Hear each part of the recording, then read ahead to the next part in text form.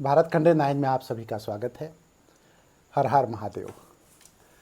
आज हम चर्चा करेंगे कि जो हो रहा है आपके साथ, कोई भी घटना घटित हो रही है तो वो घटना जो घट रही है तो आपके मन का जो घट रहा है वो तो अच्छा है, और जो आपके मन का नहीं घट रहा है तो वो और अच्छा है। अब आप पूछेंगे कि भाई जो हमारे मन का नहीं घट रहा है तो और अच्छा क्यों है? तो देखो, जो घट रहा है ना वो आपके मन का है तो अच्छा लगेगा, क्योंकि आपके मन का जो भी घटना घटित हुई उसमें आपको फ़ायदा हुआ, लाभ हुआ, मतलब जो आपने चाहा वो आपको मिला। लेकिन जो नहीं हुआ आपके मन का, तो इसका अर्थ हुआ कि वो ईश्वर की इच्छा थी। तो आपकी इच्छा से बड़ी ईश्वर की इच्छा है ना, तो इसलिए मैं स्पष्ट कहूँ तो कहूँ, अपने मन का हो तो अच्छा है, और यदि ना हो तो उससे भी अच्छा है, क्योंकि वो ईश्वर के मन का है। बात यहाँ स्पष्ट हो रही है ना? तो इसलिए कभी भी कोई घटना अगर आपके साथ घटित हो रही है और मनचाही घटना आपके साथ नहीं हुई, कहने मतलब मनचाहा लाभ आपको नहीं मिला, तो आप ये मान लें कि वो ईश्वर की इच्छा है कि आपको नहीं मिलना था। उसके आगे का कोई ना कोई प्रायोजन ईश्वर ने आपके लिए तय कर रखा है। इसलिए जो होता है वो अच्छे के लिए होता है। दुनिया में कोई भी काम आपके साथ हो रहा है तो आपके अच्छे के लिए ही हो रहा है। इसको आप लोग नोट करके रखिएगा। जो है एक कहानी में कहूँगा जो है इसके लिए, उस कहानी के माध्यम से बात शायद स्पष्ट हो जाए, समझ में आ जाए।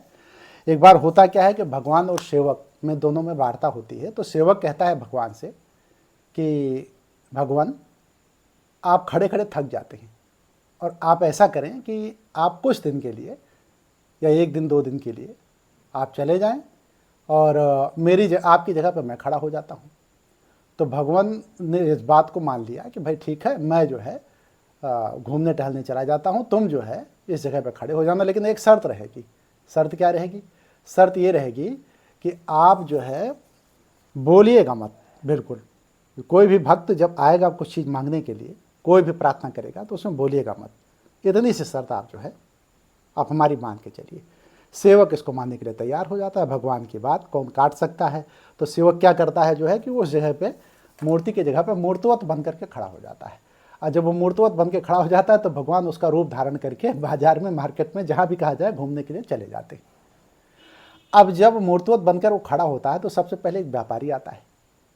ध्यान देना हमारी बात पे, और पूरे चीज़ को रिलेट करिएगा आप कि कहानी का अर्थ क्या है और कहानी क्या बताना चाह रही है। तो जब एक व्यापारी आता है तो कहता है मैंने एक कारखाना लगाया है भगवान, वो हाथ जोड़ के प्रार्थना करता है कि मैंने एक कारखाना लगवाया है, हे भगवान इस कारखाने को खूब अच्छे से चलाना और खूब लाभ प्राप्त हो और खूब बढ़िया कारखाना चले। तो जब वो प्रार्थना कर रहा होता है, झुकता है, तो उसी समय उसका बटुआ मतलब पर्स जो है नीचे गिर जाता है। और जब नीचे गिरता है जो है तो प्रार्थना वार्थना करके चला जाता है। अब उस समय सेवक क्या करता है? सेवक के समझ में बात आती है कि इसको बोल दिया जाए, बता दिया जाए कि तुम्हारा बटुआ गिर गया है। लेकिन उसको याद आ जाता है कि भगवान ने ये बात मुझसे कही थी, तो भगवान की बात को कैसे जो है मतलब, तो वो चुप रहता है। खैर वो जो सेठ था कारखाना वाला वो चला जाता है, व्यापारी चला जाता है। उसी के ठीक बाद एक गरीब आता है, और गरीब कहता है भगवान से कि हे भगवान, हमारे बच्चे घर में जो है भूख से परेशान हैं और उनको खाने के लिए कुछ है नहीं। हे भगवान, मेरे ऊपर कुछ उपकार कर दीजिए, मेरे ऊपर दया कर दीजिए, कम से कम मेरे बच्चों को भोजन मिल जाए, कई दिन से भूखे हैं। खैर उसी समय जब वो प्रार्थना कर रहा होता है तो उसकी नज़र उस बटुए पर पड़ती है। तो जब बटुए पर पड़ती है ना, तो बटुआ उठाता है और बड़ा खुशी खुशी वो चला जाता है।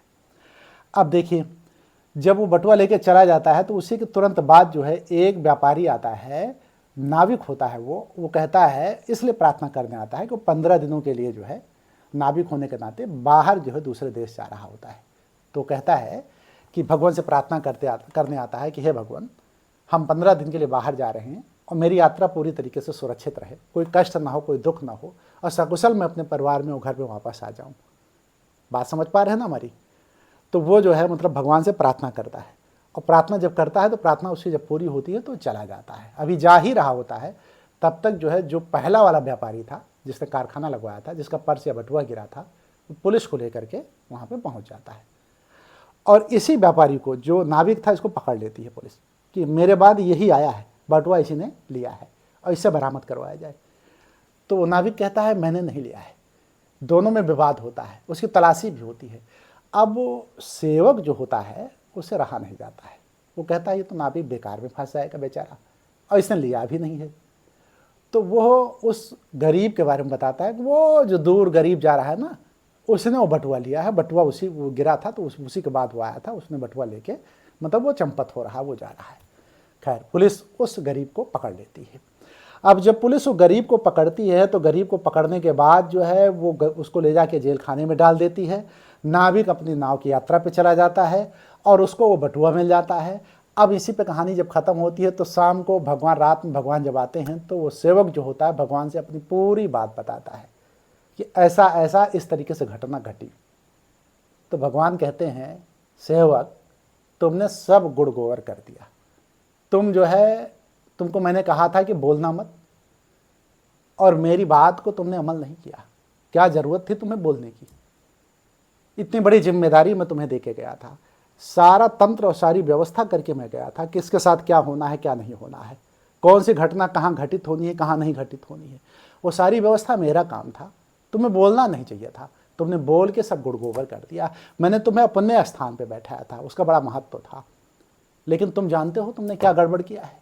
गड़बड़ ये हुआ है कि वो जो सबसे बड़ा व्यापारी आया था, जिसने कारखाना लगवाया था, वो बहुत ही कामचोर था।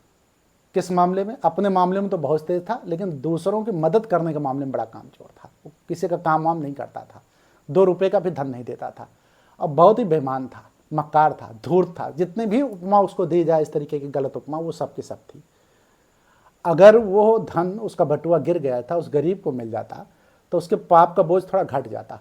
और पाप का बोझ किस तरह से घटता? उसका अंश जो है थोड़ा सा पाप का कम हो जाता, क्योंकि वो गरीब जो है अपने बच्चों को उससे रोटी खिला लेता, उसकी भूख शांत हो जाती, तो उस गरीब का भी कल्याण होता और इसका पाप भी घट जाता, पाप कम हो जाता।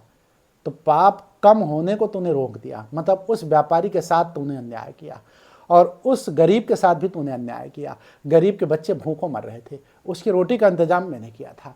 और ये जो बाद में नाविक आया ना, नाविक को भी तुम्हें, जब वो पकड़ा जाता और वो जेल के सलाखों के अंदर चला जाता, तो आने वाले दिनों में जब वो नाव पे यात्रा कर रहा होता तो तूफान आने वाला था जो है, और उस तूफान से वो बच जाता। जब उस तूफान से बच जाता ना, तो उसके बीवी बच्चे परिवार के लोग, मतलब कहीं वो विधवा न होती उसकी बीवी जो है, और उसके अलावा उसके बच्चे अनाथ न होते। अब वो तूफान में फंस जाएगा और बड़ा तूफान आने वाला है। उसको बचाने के लिए मैंने उसको जो है जेल में डालने की व्यवस्था बनाई थी। अर्थ समझ रहे हैं? तूने सब गुड़ गोबर कर दिया और तूने इतनी बड़ी गलती की है कि ना जाने कितने लोगों का इधर से उधर कर दिया। देखिए, यहाँ पर इस कहानी से बात स्पष्ट है कि कहानी कहती है कि कोई भी घटना यदि आपके साथ घटित हो रही है, वो अच्छी है या बुरी है, तो आप इस बात का फैसला नहीं कर सकते हैं कि वो घटना अच्छी है कि बुरी है। कारण क्या है कि जिस चीज़ में तुम्हें अच्छाई नज़र आ रही ना, हो सकता है कल को बुराई के रूप में खड़ी हो।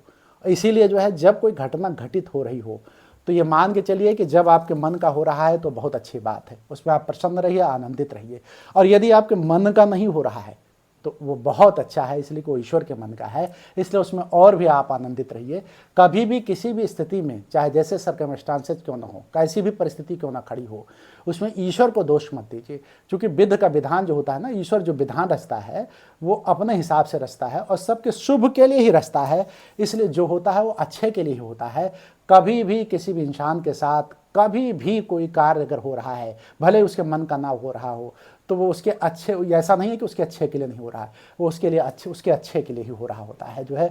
इसलिए मैं यही कहना चाहूँगा कि आप जब भी कभी किसी इस तरीके की घटना को अपने सामने देखें कि आपके मन माफिक कोई काम नहीं हो रहा है, तो उस काम को तुरंत जो है मतलब मान लें कि ईश्वर की इच्छा है। और जब ईश्वर की इच्छा है जो है, तो इस वजह से जो है मतलब आप किसी भी मायने में उसको, ईश्वर को धन्यवाद दीजिए कि हे भगवान, आपने कम से कम हमारी बातों को माना। हमारे मन का नहीं हुआ, लेकिन आपके मन का हो रहा है, इसके लिए आपको बहुत बहुत धन्यवाद। साथियों, ये कहानी आपको कैसे लगी और जो होता है अच्छे के लिए होता है, ये कैसा लगा, इस पर आप कमेंट जरूर करिएगा इस वीडियो में।